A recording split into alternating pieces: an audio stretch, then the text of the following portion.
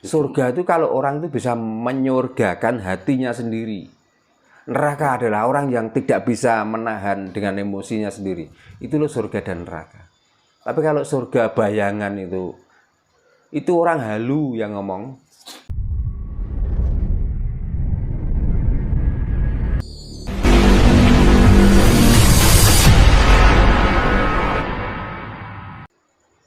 Di negara mana tuh yang punya tempat seperti di Nusantara ini? Ya ada memang. Tapi keberagaman budaya kalau bisa menandingi, jangankan menandingi, separuh bisa seperti orang Nusantara itu mungkin sudah luar biasa loh. Makanya bagaimanapun orang-orang seperti itu mau merusak budaya kita itu dengan dalih haram, dengan dalih musyrik, dengan dalih kafir, itulah alat untuk menghancurkan bangsa kita itu sendiri, untuk menghancurkan akidah itu kita sendiri. Gitu loh. Makanya orang itu jangan percaya dengan surga dan neraka, itu jangan pernah percaya. Surga itu kalau orang itu bisa menyurgakan hatinya sendiri. Neraka adalah orang yang tidak bisa menahan dengan emosinya sendiri. Itu loh surga dan neraka. Tapi kalau surga bayangan itu orang halu yang ngomong. Cerita dongeng ya Pak. Cerita dongeng. Cerita rakyat ya. Di samping itu, dengan menceritakan itu dia dapat keuntungan banyak, maka disebutlah kiai, disebutlah habib, disebutlah tetek bengek. Maka kalau dihubung-hubungkan dengan keturunan, orang sini yang bukan gila, artinya sedikit kurang waras itu sudah nggak dihargai, ya diejek-ejek, bahkan menemani aja nggak mau. Tapi kalau keturunan orang sana, apalagi keturunan Habib, bahkan gila itu saja katanya lebih mulia daripada 70 kiai yang ada di Nusantara ini. Nah, kalau seperti itu, maka saya yakin bahwa sebenarnya orang-orang itu adalah penganut orang-orang gila. Maka yang membicarakan tentang surga dan neraka mungkin juga orang gila. Kalau orang waras nggak mungkin. Nggih, Pak. Gitu. Marilah kita itu bahasa Jawa, nyuwargakno diri pribadine dhewe-dhewe, luwih-luwih saya nyuwargakno wong liya. Itulah kunci utama orang itu mendapatkan surga dan kita menjauhi neraka. Jadi kita itu harus memperbanyak perbuatan yang baik. Ya, kalau semuanya nggak bisa ya paling tidaklah kita itu berbuat baik. Ucapan seucapan itu yang menyejukkan. Tidak harus mengompori sana sini, tidak manas-manasi, tidak membohongi sana sini. Yang tujuannya hanya dia itu supaya dapat pundi-pundi uang. Maka sampai kalau orang sini, ya contohnya seperti saya. Ya tujuan saya itu cuman mengajak supaya orang itu berpikir cerdas, berpikir waras. Tapi karena ini tidak sesuai dengan syariat agama itu, ya dianggaplah saya itu orang sesat, Orang kafir. orang kafir. Nah pertanyaannya, kalau enggak orang sesat, kalau enggak orang kafir, enggak mungkin orang itu mengajarkan kebaikan. Betul. Gitu loh. Iya. Maka yang dimaksud sesat dan kafir adalah orang yang masih mengajarkan kebaikan tapi tidak pernah melakukan kebaikan. Gitu loh. Jadi seolah-olah mengajarkan tentang baik itu begini, baik itu contohnya seperti ini. Tapi di balik itu, dengan saya membicarakan kebaikan, dengan saya membicarakan kebenaran, nanti saya masih dapat amplop berapa dan akan digaji berapa. Gitu. Berarti itu orang sesat dan orang kafir. Berarti orang yang masih jauh dengan Tuhan. Makanya di antara agama-agama, kalau saya melihatnya, orang yang paling dekat dengan Tuhan adalah orang Kristen. Kok bisa Pak? Kenapa Pak? Karena dia masih memanggil Tuhan itu Bapak. Berarti dia anak Tuhan. Oh, iya. Ya. Orang Buddha, orang Hindu, kalau memanggil Tuhannya Om, berarti dia masih keponakan Masih keluarga. Tuhan. Lah orang Jawa, Hong. Ya, Hong itu artinya keluarga malah dalam satu lingkup. Gitu. Nah orang lain Agama Islam kalau memanggil Tuhannya harus pakai toa. Harus banter-banteran. Berarti kan jauh dari Tuhan. Gitu loh. Betul, Pak.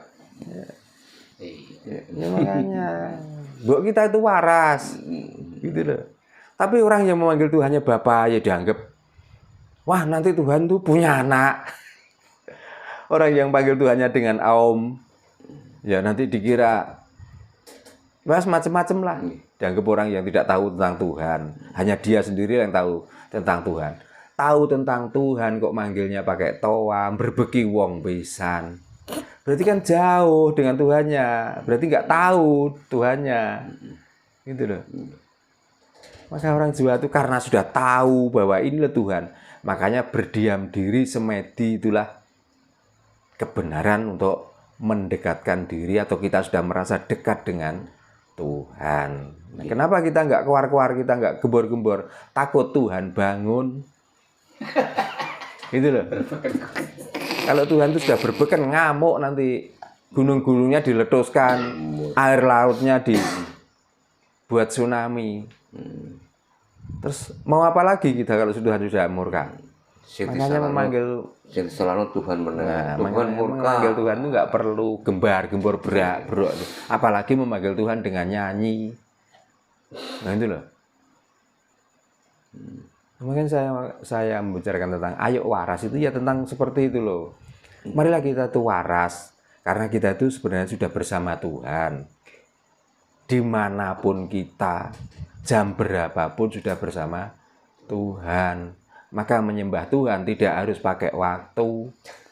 Setiap waktu, setiap detik selagi kita bernapas, kita tetap menyembah pada Tuhan. Dan itu pun tidak ada di tempat yang megah, yang mewah. Nggak usah. Dengan kemegahan malah membuat kita tuh sombong, takabur. Kadang membuat kita itu angkuh. Kan banyak Pak ini orang-orang spiritual gitu mengatakan bahwa nanti suatu saat agama-agama ini bakal musnah dari bumi Nusantara. Nah, mungkin kalau kita kembali ke semboyan Pak Darno ayo waras, tidak menutup kemungkinan nanti mungkin agama juga ini akan hilang dengan sendirinya Pak. Nah kalau orang sudah mulai bosen dicekoki ajaran dan aturan seperti itu, mau apa lagi? Mau kita minum tua itu nikmat. Kok kita dilarang? Kita ndendeng asu itu juga gurih. Kenapa harus diharam-haramkan? Nah untuk apa? Kok ngikuti ajaran yang agama yang penuh dengan peraturan itu? Kita ngisap rokok itu bisa menghilangkan beberapa pikiran stres. Kecuali kalau sudah batuk-batuk kok ngerokok itu namanya apa? Nantang pati. Nah, bagi kita yang tidak ada penyakit terus nggak boleh ngerokok. Ya mungkin karena orang-orang tidak perokok karena buntu uteknya itulah yang sering membuat fatwa yang ngawur, sing haram lah, sing makruh lah dan lain sebagainya. Kalau dipikir lagi karena mbako diimpor ke sana itu juga mahal. Ya mungkin itu alasannya. Nah kalau di sini nggak usah beli, nggak bisa beli rokok jadi, pergi ke sawah cari rosok, gelintingen. Jadi gelinting jangan segede rokok ini. Kalau bisa sebau nek pengen klenger. Nggak usah bayar. Jadi otomatis orang yang menyiarkan agama di sini itulah sifat keirian, kedengkian mereka dengan negara kita, dengan bumi Nusantara kita itu loh sebenarnya. Kalau nggak iri, nggak dengki, nggak mungkin. Untuk apa agama kok diberikan pada orang yang sudah beragama? Kecuali kalau orang sini, nah mungkin yang dimaksud orang sini nggak beragama itu nggak punya label agama mungkin. Tapi nggak tahu kalau batinnya orang sini itu sudah selalu berketuhanan yang tinggi. Sebelum ada agama. Sebelum ada agama-agama yang bermerek itu. Makanya sekarang itu orang itu banyak yang mengejar merek, tapi melupakan Tuhan yang sebenarnya. Kemarin saya melihat berita Pak terkait jamaah haji yang di Arab sana itu kan banyak orang-orang yang meninggal gitu, bahkan ratusan. Itu kok saya miris, kenapa kok nggak ada yang ngurus petugasnya gitu loh Pak? Dibiarkan aja di pinggir jalan sampai dipakai tontonan orang lewat. Nah, rasa kemanusiaan itu di mana Pak Darno? Karena orang yang datang ke sana meninggal bukan tamu orang sana, itu tamu Allah. Ya biar Allah yang ngurus. Makanya jangan salahkan kalau di sana nggak diurus dan lain sebagainya. Wong ke sana itu tamu Allah kok, bukan tamu manusia kok. Sana kan cuma mengelola. Betul. Datang ke sana dikasih karcis bayar sekian, ya sudah. Tentang mati, tentang hidup dan lain sebagainya karena itu tamu Allah. Ya sudah biar Allah yang mengurus. Oke. Nah, untung-untungan masih ada yang dikubur. Kok gak digeledak-geledak no, karena menunggu uluran tangan dari Allah. Jadi, makanya kita jangan nuntut kenapa di sana, apakah nggak punya perikemanusiaan? Orang sana sudah tahu bahwa ini bukan tamu saya. Tak jarno ae kan. Ya jarno wae. Nah, kalau dia berbuat apa-apa takut salah nanti. Oh ini bukan urusan saya. Orang belum duit tamu. Orang belum jadi tamu. Lapo belum ngurusi. Nah, kan secara logika seperti itu. Nggih. Maka jangan mengeluh kalau di sana itu orang yang tersesat dibiarkan, bahkan orang yang kecelakaan disuruh ikhlas dan lain sebagainya. Masalahnya dia di sana bertamu kepada Allah, bukan bertamu kepada rakyat yang ada di sana.